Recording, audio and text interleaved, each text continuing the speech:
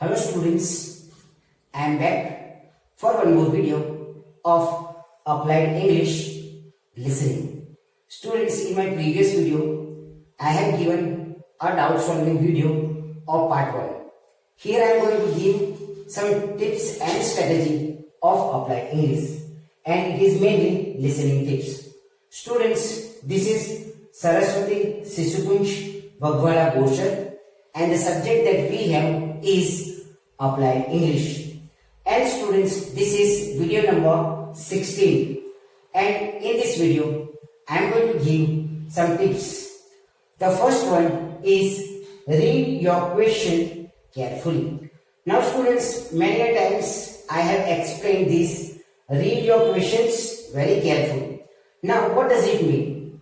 When you start Applied English Listening, in the instruction it is clearly mentioned that you need to pay attention to the instructions, and after listening to the instructions, some time is given to you to read the questions. Now students, that kind of time is really important. It's really crucial for you to understand and remember whatever questions are given to you. In the first part, there are total 10 questions. What you need to do, you need to understand 1 to 4, maybe 1 to 6 or 1 to 3, whatever questions are given to you, read the instructions very carefully and read the questions as well. And remember, when you do listening, it is really easy for you to do listening. So the first tip or strategy that we have, that is, you need to read the questions very attentively, remember the questions, and when you do listening, try to get the answers. It is really easy for you to get the answers. Okay. The second one that we have, student, is grammar. Many times that many students think that grammar is not that essential when you do listening. I don't agree with that. Yes, grammar is really important. Why? Because sometimes you need to write appropriate, and how do you understand this tip or strategy? Grammar. If any noun is given, the question fill in the blank, okay, and any noun is given, I write just example shirt, okay, full stop, and shirt is a noun, okay, it is a noun. Always keep in mind, student, before noun there is an adjective. So noun is given, before noun we have fill in the blank. What answer supposed to be? The answer supposed to be adjective. So always you need to look for the particular adjective. So when there is noun is given, before there is fill in the blank, and as per the grammar rule, always adjective is placed before noun. So what word should be here? So you need to look for the adjective. So grammar also sometimes plays a particular role in Applied English listening. The third one that we have, that is called predict your answers. Especially students in MCQ type, there are MCQ questions are there, and you need to select any particular answer in MCQ. Sometimes what you need to do, because there are a number of MCQ, that means options are given, and you need to select any one of the options. Many times what happens, all the options are said in the listening, and you get confused on what the appropriate answer would be. And try to do listening, and the moment you put a right answer, you may think that the other option is also suitable. So you get confused, you don't know what to do. So what at the last you need to do when 10 minutes is given to you? You need to guess, you need to predict. You should not leave any box blank, but you need to write something or the other, and you need to predict the particular answer. And when you predict, maybe out of those options, you may get correct. So predict your answer, especially in MCQ type. Okay, students. The fourth one that we have, highlight the keywords. Now, how do you highlight the keywords? You need to highlight the keywords when you read the questions. Now, when time is given to you to read the questions, what you need to do, you need to highlight the particular keywords. When you highlight the keywords, it would be really easy for you when you do listening, when you start listening to the conversation, and when you highlight the keywords, it would be really easy for you to understand. Maybe a school, admission, maybe a sport club, it can be anything, but when you highlight a particular word, it would be really easy for you to concentrate, to focus on the listening and to get the correct answer. So this is also helps in getting good band in applied English. So you need to highlight the keywords when you read the questions. And the last one that we have today, that is singular and plural. Now students, again it is a part of grammar only, but I have taken into a separate, that is a last strategy that I would like to give. Singular and plural. Now singular and plural, how it is? Yes. So it can be number and numbers. I could write here. Number and numbers. Okay. So singular, plural, number and numbers.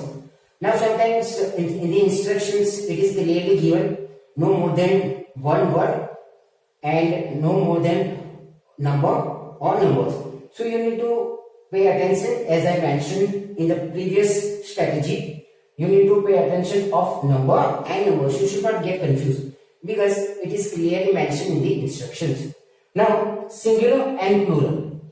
I would like to give an example, that is a company is going to recruit graduates for the job. The same example that I would like to write or I would like to give into plural. The company is going to recruit university graduates. Now I am talking about graduates, not a university graduate, but I am talking about university graduates for the job. So when you do listening, you need to pay attention, listen to the conversation very carefully and say or write whether it is a singular or plural. Okay. So this is all about singular and plural. Many times students get confused regarding singular and plural. Instead of graduate, they write graduates, and when there is graduates, they write only graduate.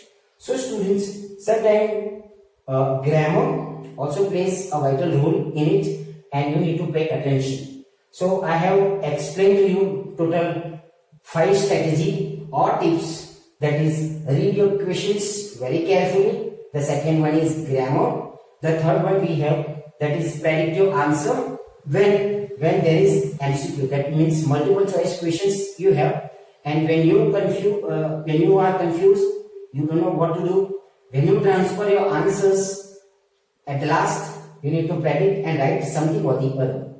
The last one, singular and plural. Before that we have highlight keywords. You need to specify a particular word, you need to highlight. It will be really easy for you to get the answers. And the last one, that is singular and plural. It can be number and numbers as well.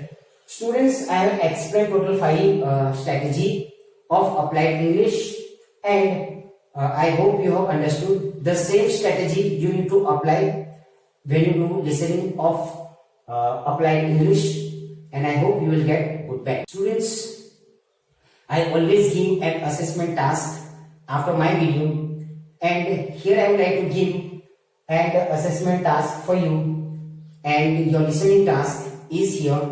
The next day you are going to get a PDF of the answer key, and check your answers and let me know that how much you have got. Students, once again, I hope you have understood these all 5 strategies.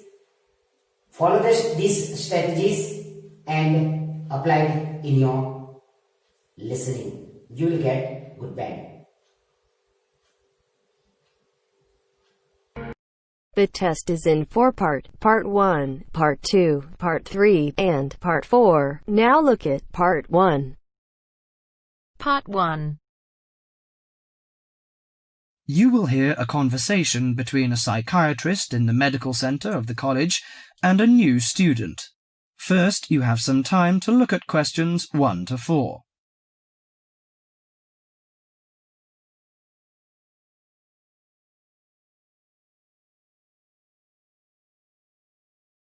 Now listen carefully to the conversation and answer questions 1 to 4. Hello, sit down, please. Thank you. Now, you are a new patient, aren't you? Yes, that's right. Okay, so I'd better get some basic details down first. Right, we'll start with your name. Martin Hansen. Do you spell that S-O-N or S-E-N? Hansen. Okay, and you're a first-year student? Yes, I am.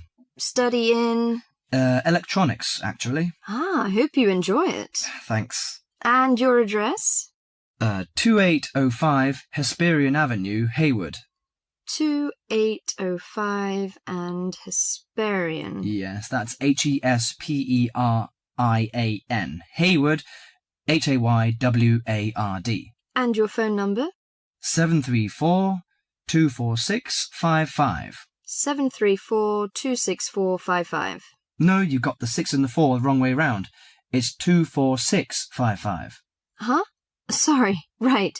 And, when were you born? The 15th of June, 1986. Here in New Zealand? No, I was born in Sydney.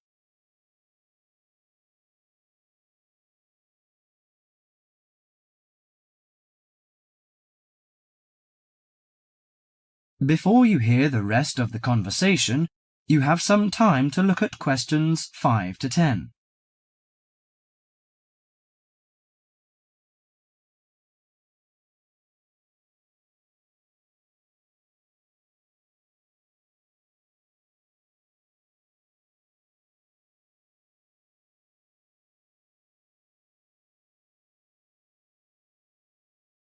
Now listen to the conversation and answer questions 5 to 10. Good. So, what's your problem? Well, frankly, I wonder whether it is a problem. I get the blues, and it lasts for quite a while. I don't know how to... Yes, we all feel sad or get the blues now and again. Generally, our sadness lessens in time, and with the support of friends. However, if the depression leads to difficulty in thinking and greatly disrupts your daily routine, it can be evidence of a psychiatric problem. What do you feel exactly? I always feel sad and worthless. I find it hard to fall asleep and wake up early in the morning. How long has it lasted? Nearly half a month. Do you feel fatigue or loss of energy? Or you may have lost interest or pleasure in usual activities? Yes, sometimes. At first I thought I could overcome it by myself, but I failed, and I'm so glad that you came here. It seems that you are suffering mild depression from your symptoms. Depression? Yes, I feel depressed sometimes. But why would I... Depression may occur as a result of biochemical changes in the body. Alcohol, amphetamines, cocaine, and LSD can bring on depression. Those who have a family history of depression usually have a greater risk of depression. Sometimes the worrying changes in life can lead to depression. I see. I had a really bad breakup of a love relationship. It makes me feel hopeless. Do you think I need some treatment? Yes. Antidepressant medications are often used to treat depression, if it is serious. But I don't suggest them at first because of the side effects. I suggest psychotherapy, which can give you support and help you regain control. So do I need to come here every day? No, I will arrange counselling sessions for you, which will last 12 to 20 weeks. You come here once or twice each week. The psychotherapy is directed at helping you gain insight and understanding about events in your life, which may have contributed to your depression. With growing insight, you can often learn more effective ways of coping with your feelings and changing your behaviour.